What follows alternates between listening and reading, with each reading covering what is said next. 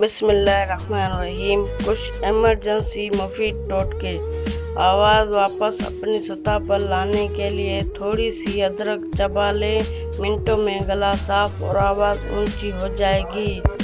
अगर आधी रात को दांत में दर्द हो और अस्पताल भी दूर हो तो अदरक का टुकड़ा लेकर नमक लगाएं, दांत के नीचे रखें, दर्द दूर हो जाएगा। सुबह किसी अच्छे से डेंटिस्ट से रुजू करें। अचानक कान का दर्द तंग करने लगे। अगर घर में लोहिया दवा ना हो तो परेशान होने की बिल्कुल ज़रूरत नहीं। घर में एहतियात बादाम का तेल रखें। दर्द के वक्त बादाम के तेल को नीम गर्म करके 2 कतरे दर्द वाले कान में डाले दें। इंशाल्लाह बहुत जल्द आफिया हो जाएगा। चैनल को सब्सक्राइब नहीं किया तो सब्सक्राइब कीजिए और बेल आइकन पर क्लिक कीजिए। अल्लाह हाफिज़।